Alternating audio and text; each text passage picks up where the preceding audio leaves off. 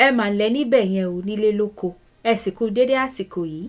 Hello everyone, it's Aroko again. I hope your day is going well. Today I'll be addressing Aroko, symbolic communication. I've done some symbolic messages in the past and what they mean or how it would be interpreted by whoever is receiving those messages. I've done those in the past and today I'll be addressing some more.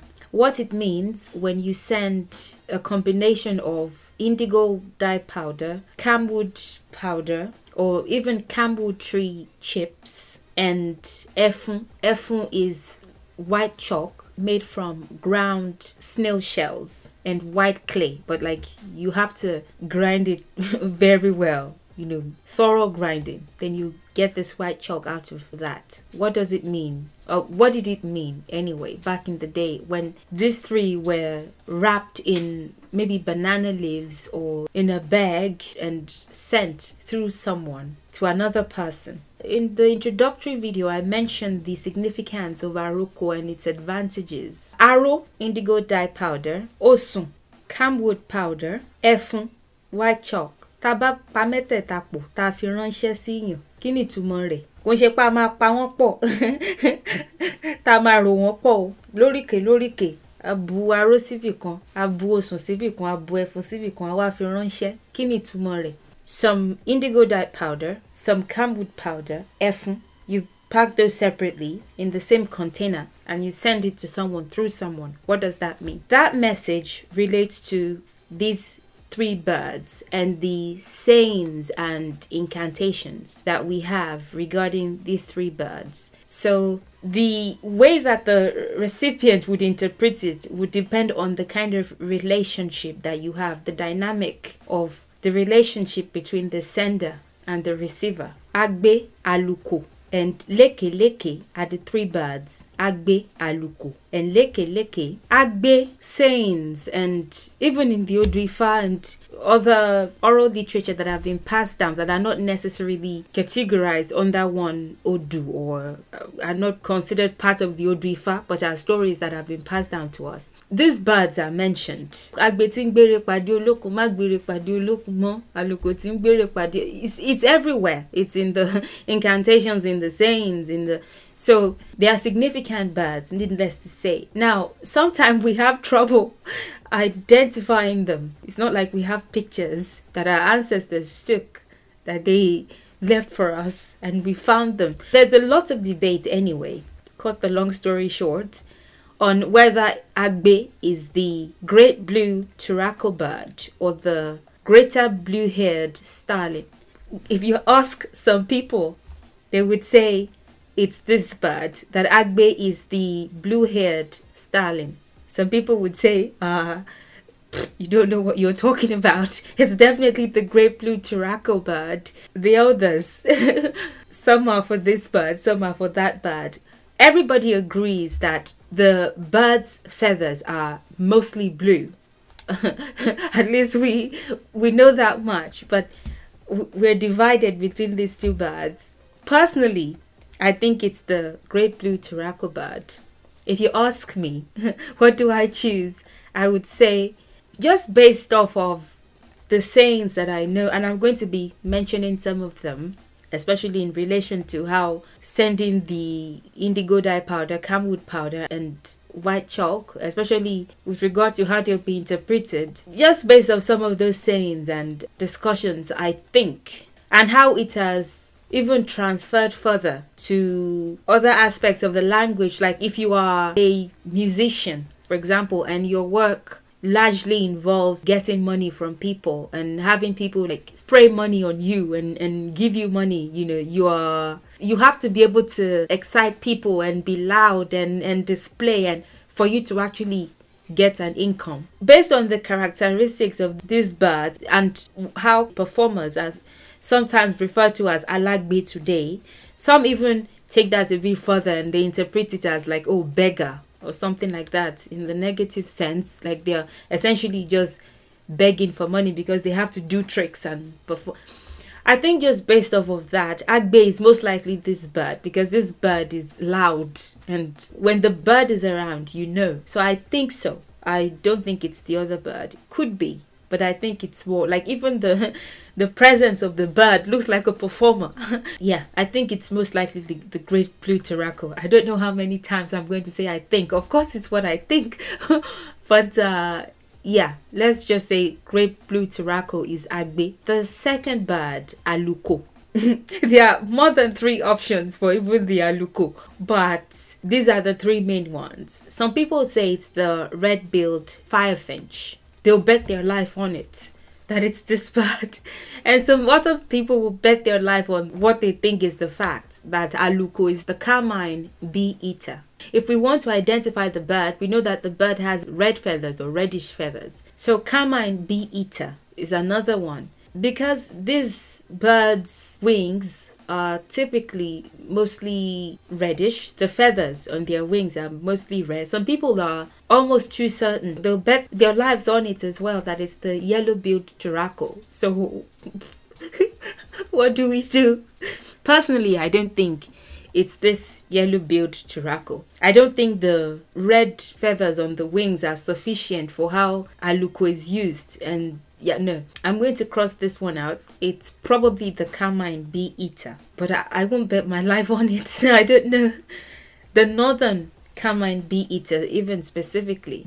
Again, these are birds that are native to West Africa, to Nigeria even. I'm going to say Àrokò is the northern carmine bee-eater. But if you debate me on that, I'm not going to say anything in response because I'm not sure either. Leke, I don't think there's any debate at all. It's pretty clear. It's the cattle egret. Leke. Now, the way that people would write it, sometimes they would put a dash between the leke and sometimes they will not. So, really depends on how you choose to spell it. These birds are called leke because they are always where livestock is. They have a symbiotic relationship with livestock, cows. So they're always finding worms to eat when the livestock are pulling at the grass, and you know, some worms come out and then they eat those worms, and then they eat some of the ticks and fleas in their hairs as well, and around their hairs. And you know, we like to humanize animals and ascribe human-like behaviors and qualities to the things that they do because they're always around them. They're like regarded as gossips. That bird is a gossip, always listening in on the conversations between the cows and telling them what they've heard from another cow or what they've heard another cow say. Realistically, the bird is picking fleas and ticks from the cow's hairs, but as a joke, we are saying, oh, that bird is spilling the other cow's tea info to this other cow, you know. So it's just a joke. Leke. They have the quality of a gossip, and depending on your dialect, some people would say leke. Some people would say leke. Some people would even call them storks. Cattle egret, anyway, is the name. Leke. Cattle egret. That said, what does it mean when you send all 3? Depending on the relationship that the sender and the receiver have, this could be one source of interpretation. Again, the interpretation is largely incantation, proverb / saying based. So before you interpret that message, you think of who that person is to you and what they might be saying. In one context, it could be based on this. Agbe ló jẹ́ kí n mọ ìlú Aró, or Agbe ló jẹ́ kí n mọ ìlú Aláró. Àrokò ló jẹ́ kí n mọ ìlú osùn, or Àrokò ló jẹ́ kí n mọ ìlú olósùn. Leke ló jẹ́ kí n mọ ìlú ẹfun, or leke ló jẹ́ kí n mọ ìlú ẹlẹ́fun. This sayings could be the source of an interpretation. You think of the sayings and the proverbs and the incantations.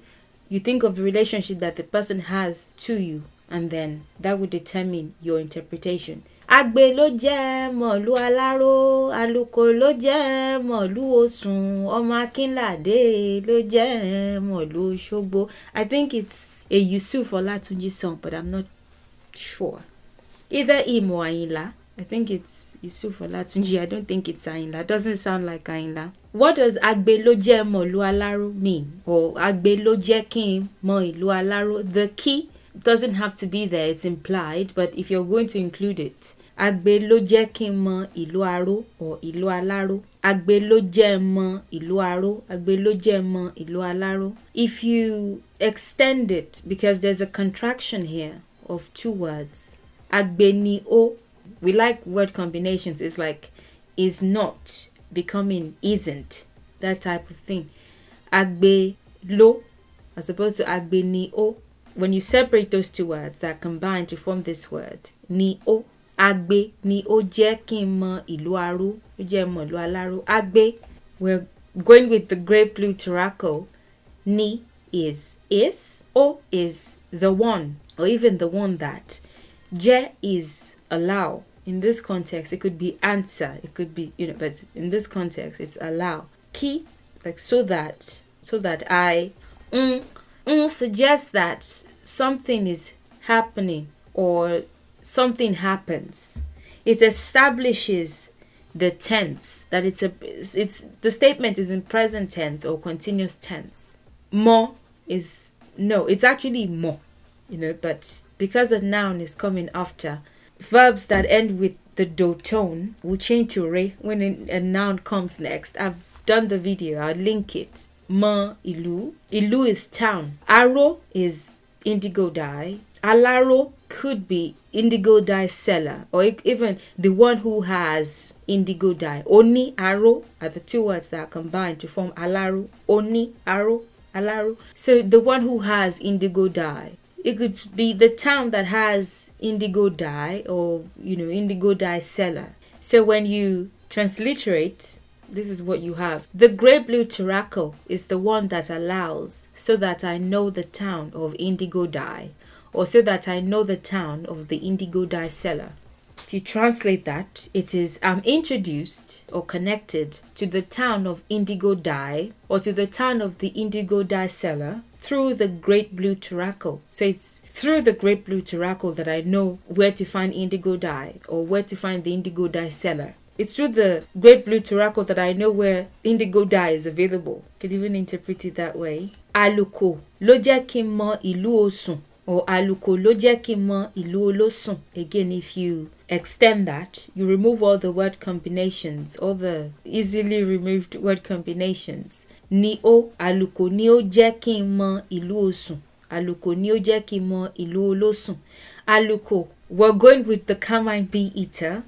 Ni is, o the one that, je allow, ki so that I, establishes that it's a statement in the present or continuous tense. Mo, no, ìlú, the town of osùn. Osùn is Camwood powder, or olósùn, the town that has Camwood powder. So the town of Camwood powder, or the town of the Camwood powder seller. When you transliterate, the Carmine bee eater is the one that allows, so that I know the town of Camwood powder, or so that I know the town of the Camwood powder seller. The translation would be, I'm introduced or connected to the town of Camwood powder, or the town of the Camwood powder seller, through the Carmine bee eater. So it's the Carmine bee eater that introduces me, that lets me know where to find Camwood powder. The third one, lékè lékè ló jẹ́ kí n mọ ìlú ẹfun, or lékè lékè ló jẹ́ kí n mọ ìlú ẹlẹ́fun. Lékè lékè ni ó jẹ́ kí n mọ ìlú ẹfun. Lékè lékè ni ó jẹ́ kí n mọ ìlú ẹlẹ́fun. What does it mean? Lékè lékè, the cattle egret. Ni is, o the one that,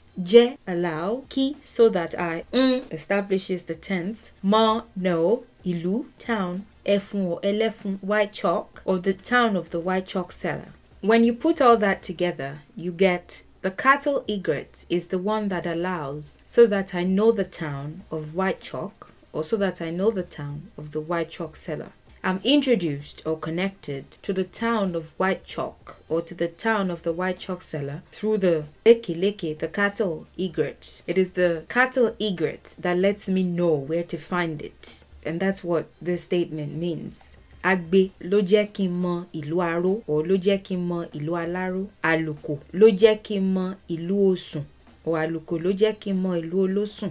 Lékèlékè ló jẹ́ kí n mọ ìlú ẹfun, or lékèlékè ló jẹ́ kí n mọ ìlú ẹlẹ́fun. I haven't mentioned it so far, but if you're observant, you would notice that the connection between this bird and the indigo dye powder, this bird and the camwood powder, and this bird and the white chalk is the color of the feathers. So because the great blue Aroko has mostly blue feathers of the indigo dye color, they are paired up, so to say, and because the carmine bee eater has mostly reddish feathers, it's paired up with the camwood powder, and then the cattle egret and the white chalk paired up. So agbe ló jẹ́ kí n mọ ìlú Aró, or mọ ìlú Aláró. Àlòkò ló jẹ́ kí n mọ ìlú osùn, or mọ ìlú olósùn. Lékèlékè ló jẹ́ kí n mọ ìlú ẹfun, or ìlú ẹlẹ́fun. The great blue Aroko lets me know the town of indigo dye, or the indigo dye seller. The carmine bee eater lets me know the town. It's not literal.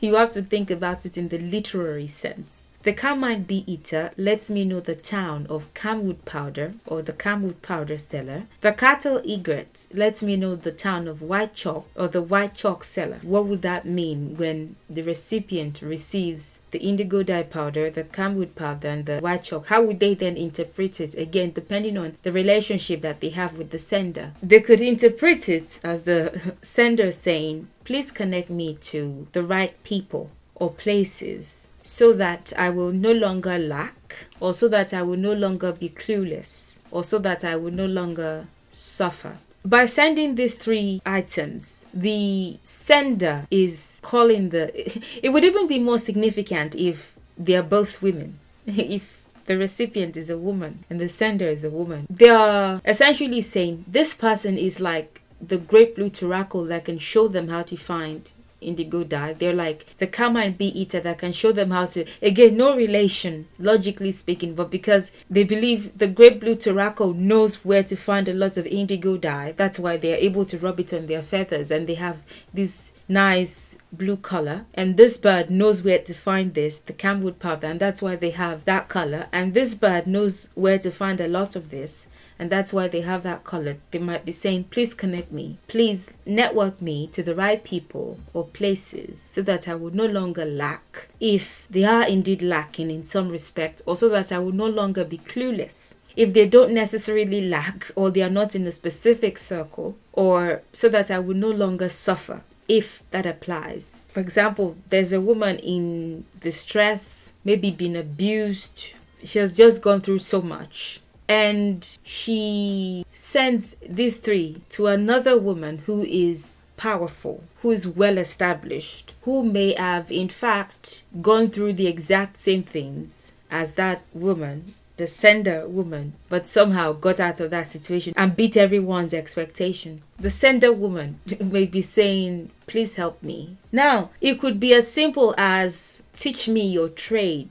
or teach me where to find what I need to start off a different kind of trade, or just help me be a better version of myself, be more powerful. I'm feeling powerless, and I know that through you, I can get the knowledge and the connection that I need.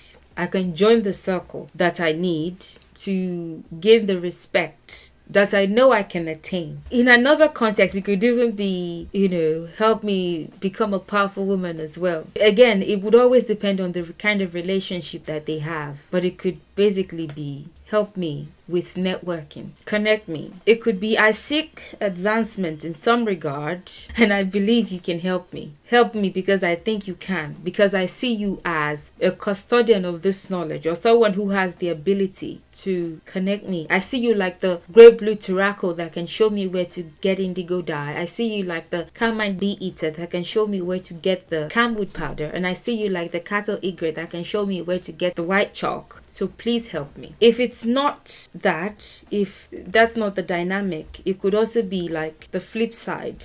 which is I will help you. You know, I will help you. I am like the great blue Aroko, and I have knowledge of this. I am like the Camwood bee eater, and I have the knowledge of that. I am like the cattle egret, and I know where to get the white chalk. So I will help you if you are in need of that help. I send those 3 items packed to you. I don't want to make you feel bad or make you, because if I come to your house and I go travel a distance, especially when we're distance apart, and I knock on your door and I say, are you in, you know, there's a way to pass on a message without using so many words or bringing you down, or at least I don't know if that would make you feel like you are down, but I'm interested in helping you become more powerful. I will help you. That's what that means. So depending on the dynamic, the hierarchy, so to say, the social, political, and even financial hierarchy could even be the flip side. I will help you. That's one way of interpreting that. If it's not interpreted that way, these incantations could also be applied for the interpretation. Ojú kì í ti agbe lóko ìdáró, ojú kì í ti àlùkò lóko ìkósùn, ojú kì í ti lékèlékè lóko ìkẹfun. Ojú kì í ti agbe lóko ìdáró, ojú kì í ti àlùkò lóko ìkósùn, ojú kì í ti lékèlékè lóko ìkẹfun. Oko is farm, ilé is house, aba is settlement, abúlé is village, ìlú is town or city. I don't know if I've ever mentioned this in any video, but I thought I would list it like this. And sometimes ojú kì í ti agbe nílùú ìdáró is what you would hear, or ojú kì í ti àlùkò nílùú ìkósùn. You know, sometimes people would substitute for any of this. So if you hear ojú kì í ti lékèlékè nílùú ìkẹfun as opposed to lóko ìkẹfun, don't be surprised. It's just a way of saying where something is, where to find something, essentially. Ojú kì í tagbe lóko ìdáró. This is a strong version. Ojú kì í tagbe lóko ìdáró. But if you don't combine any words, and ojú kì í ti agbe ní oko ìdáró. Ojú is high, eyes, the face, eyes. Kì does not. Ti is close or shut. Ojú tì is literally closed eyes, but is a way of expressing shame or embarrassment. When you can't open your eyes, you're ashamed, you're embarrassed. That's how we describe shame or embarrassment. Ojú tì. So ojú kì í ti, close or short. Agbe, the great blue Aroko. Ní, at or in or whatever applies, at. Oko, the farm. Ìdá, the act of. Da is to divide or share or contribute. I don't know if it was in my video on contronyms. I was mentioning words that can mean the exact opposite. You have a word, it can be the opposite of itself. I'll link it so that you can watch. Da is to divide or share. Ẹ̀dá sí méjì. The synonym is pín. Ẹ̀dá sí méjì. It could also be contribute. Mo dá aṣọ, mo dá owó, to contribute. Arrow, indigo dye. If you transliterate, the eyes of the great blue Aroko do not close at the farm of picking one's share or contributing one's share of indigo dye. The eyes of the great blue Aroko do not close, is not shut at the farm of picking or contributing one's share of indigo dye. So when you translate that, what that means essentially is the great blue Aroko is not ashamed or embarrassed at the dye center. Because why would it be? Look at it. It's like, it's indigo dye in the flesh. You know, it has the color. So whenever there's a gathering regarding indigo dye, it has the color of the indigo dye almost from head to toe, to claw. So why would it be embarrassed or ashamed? It's never ashamed because, I mean, it's indigo dye in the flesh. Ojú kì í tàlùkò lóko ìkósùn. When you extend that, ojú kì í ti àlùkò ní oko ìkósùn. You don't combine any words, you stretch that out. Ojú kì í ti àlùkò ní oko ìkósùn. Ojú, eyes. Kì, does not. Ti, close or short. Àlùkò, Camwood bee eater, northern Camwood bee eater. Ní, at. Oko, the farm. Osùn, Camwood powder. Ojú kì í ti àlùkò ní oko ìkósùn. The eyes of the Camwood bee eater do not close at the farm of packing Camwood powder. Ko is different from mu. Ko is to pack. Mu is like you take by piece. Ko, taking or carrying in bulk, taking several things, taking collectively. Ko, mu, you're like taking a piece of something. So at the farm of packing camwood powder, the Camwood bee eater isn't embarrassed because look at it. This bird will always get as much camwood powder as it wants. And if it's contributing, that is going on, it can contribute as much. If there's a camwood powder center, there would always be camwood powder available for this bird. Like there's no restriction. This bird is a VIP at the camwood powder collection site. The Camwood bee eater is not ashamed or embarrassed at the Camwood powder center. Ojú kìí ti lékeleke lóko ìkẹ́fun. Ojú kìí ti lékeleke ní oko ìkó ẹfun. The eyes, ojú kìí, does not, ti, close or short, lékeleke, cattle egret, ní, at, oko, farm, ìkó, the act of packing, ẹfun, white chalk made from finely ground snail shells and white clay. The eyes of the cattle egret do not close at the farm of packing white chalk. Ojú kìí ti lékeleke ní oko ìkẹ́fun. So at the white chalk center, I mean, look at the bird. The bird is white chalk in the flesh. So, obviously, the bird is a VIP there. The cattle egret is not ashamed or embarrassed at the white chalk center. Ojú kìí ti agbe lóko ìdáró, ojú kìí ti àlòkò lóko ìkósùn, ojú kìí ti lékeleke lóko ìkẹ́fun. The great blue Aroko is not ashamed or embarrassed at the dye center. The Camwood bee eater is not ashamed or embarrassed at the Camwood powder center. The cattle egret is not ashamed or embarrassed at the white chalk center. You send that to somebody. If that is sent to someone, the sender might be saying, please don't let me be put to shame or embarrassed, because as far as indigo dye collection is concerned, this bird is not embarrassed. As far as camwood powder collection is concerned, this bird is never embarrassed. And as far as white chalk collection is concerned, this bird is never embarrassed. So don't let me be embarrassed. Help me. On the flip side, it could be, I would not let you be put to shame. I would not let you be embarrassed. I've got your back.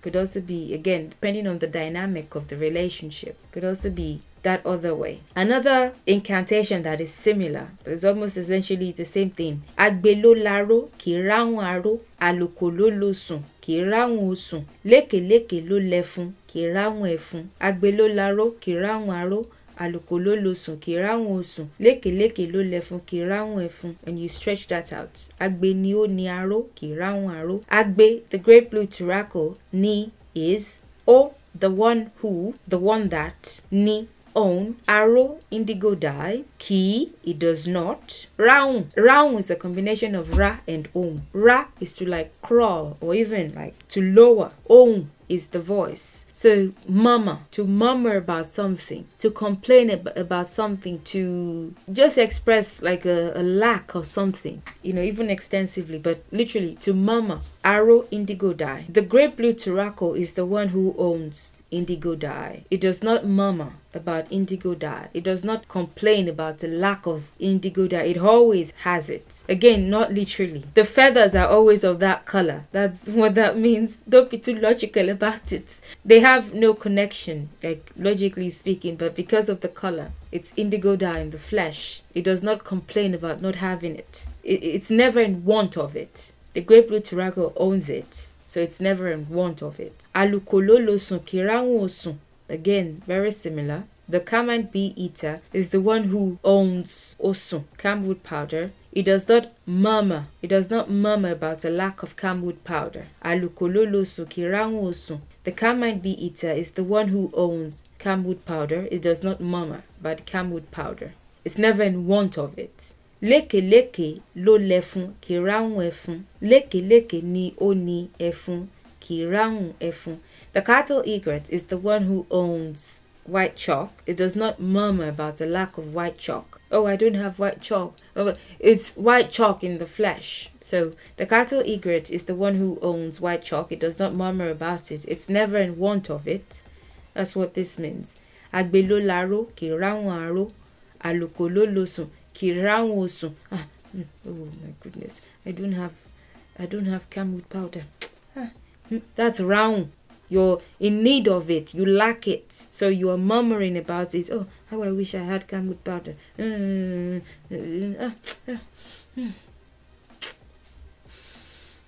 Camwood powder. How do I get it? No.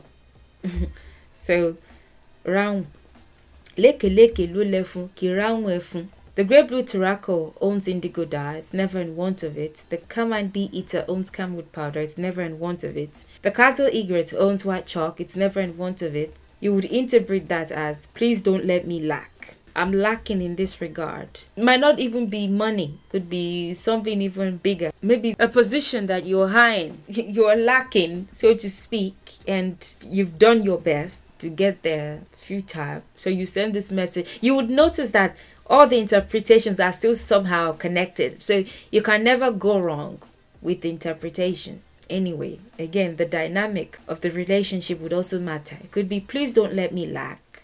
Please don't let me lack. Because these birds never lack these items. Because it's always like, when you look at them, you see these items. They're a physical representation of these items. Please don't let me lack this thing that I need, this money that I need, this position that I need, this backup that I need even. Please don't let me lack. And on the flip side, depending on the dynamic of the relationship, could also be, I will not let you lack, or even you will never lack. Like, don't forget who you are. It could be, I will not let you lack, I'll supply all your needs. But it could also be, I mean, come on, are you forgetting the extent of your power and the extent of your own ability? Like, you can't lack. Are you forgetting who you are?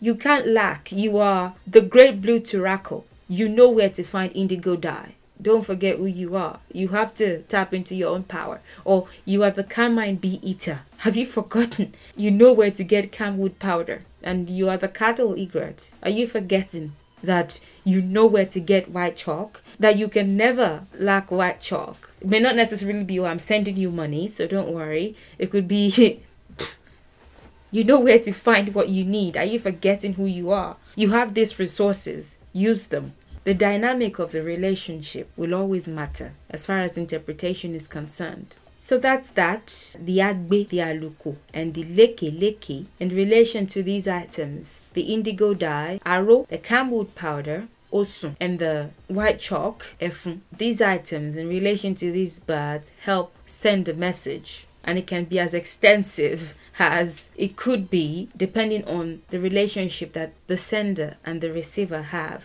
with each other. If you have any questions or you'd like clarification, please don't hesitate to let me know. If you have any objections regarding these birds and like, oh, but agbe is the starling, I'm not going to argue with you. I'm going to say, okay, sir, because I'm not completely certain myself. So it's just what I think. I think these are accurate, but if you have any exceptions and, you know, you want to point me towards something in an odu or, you know, in a saying or something that you are certain points to the contrary, please, I'll listen. Don't hesitate to tell me. Thank you for watching and for your time and for your support. A big thank you to my Patreon supporters and the people who support me on YouTube and people who send me monetary gifts. I am very, very thankful for your generosity. And I'll see you in the next video. Can you tell that I need to drink water because I'm running off? Thank you so much. And I'll see you in the next video. Enjoy the rest of your day and bye for now.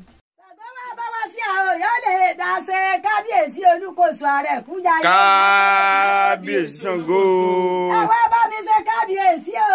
Kábíyèsí Ṣàngó. Ṣàngó Olúkòso Arẹ̀kújayé wá bá wa sí àwọn yóò lè dá ṣe.